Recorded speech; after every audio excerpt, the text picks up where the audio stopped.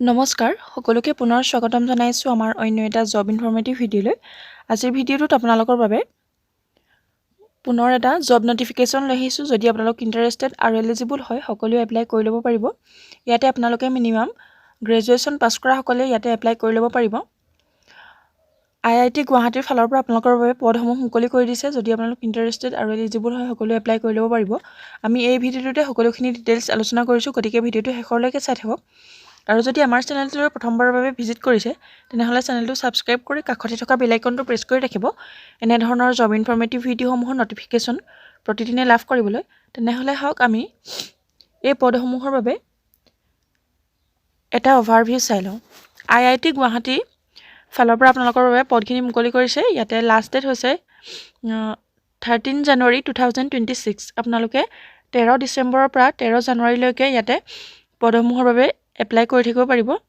Indian institute of technology গুৱাহাটীৰ ফালৰ পৰা পদখিনি মুকলি কৰি দিছে। ইয়াতে টোটেল 17টা জুনিয়ৰ এছিষ্টেণ্টৰ পোষ্ট আছে।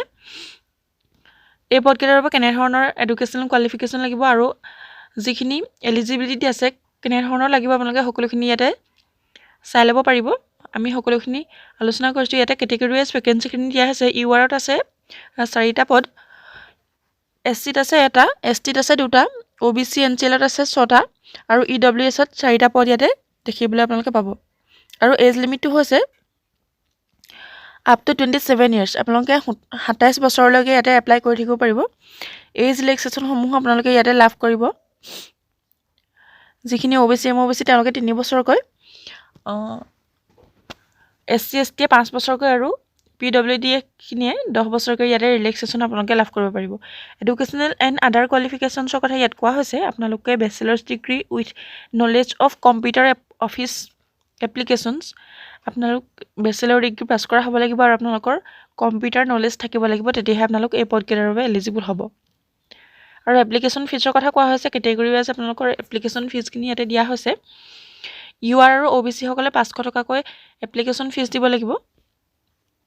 আৰু হাউ টু এপ্লাই ক্ষেত্ৰত ক'বলৈ গ'লে আপোনালোকে যিহেতু অনলাইন মাধ্যমেৰে এপ্লাই কৰিব লাগিব, সেইবাবে আপোনালোকে এই ৱেবছাইটটোতে আপোনালোকৰ অনলাইন এপ্লিকেশ্যন যিখন ফৰ্ম আছে তাৰ লিংকটো দিয়া হৈছে, তাতে গৈ আপোনালোকে এপ্লাই কৰি দিব পাৰিব। ইম্পৰ্টেণ্ট ডেটছৰ কথা কোৱা হৈছে। আপোনালোকৰ ইয়াতে কোৱা হৈছে ষ্টাৰ্টিং ডেট হৈছে 13 ডিচেম্বৰ 2025 আৰু লাষ্ট ডেট হৈছে 13 জানুৱাৰী 2026। আপোনালোকে 13 ডিচেম্বৰৰ পৰা 13 জানুৱাৰীলৈকে ইয়াতে এপ্লাই কৰি থাকিব পাৰিব। যোনসকল ইণ্টাৰেষ্টেড আৰু এলিজিবল হয় সকলোৱে এপ্লাই কৰিব পাৰিব। খুবেই এটা ভাল অপৰচুনিটি আপোনালোকৰ বাবে। আপোনালোকে মিনিমাম বেচেলৰ ডিগ্ৰী পাছ কৰিলে আৰু যদি আপোনালোকৰ কম্পিউটাৰ নলেজ আছে তেনেহ'লে আপোনালোক এলিজিবল হ'ব। সকলোৱে এপ্লাই কৰি ল'ব পাৰিব। ভিডিঅ'টো যদি ভাল লাগে এটা লাইক কৰিবলৈ নাপাহৰিব আৰু ইণ্টাৰেষ্টেড সকলে এপ্লাই কৰি ল'ব পাৰিব ইয়াতে থকা লিংকত গৈ। আৰু যদি আমাৰ চেনেলটো প্ৰথমবাৰৰ বাবে ভিজিট কৰিছে তেনেহ'লে চেনেলটো ছাবস্ক্ৰাইব কৰি ৰাখিবলৈ একেবাৰে নাপাহৰিব। ভিডিঅ'টো শেষলৈকে চাই থকাৰ বাবে বহুত বহুত ধন্যবাদ।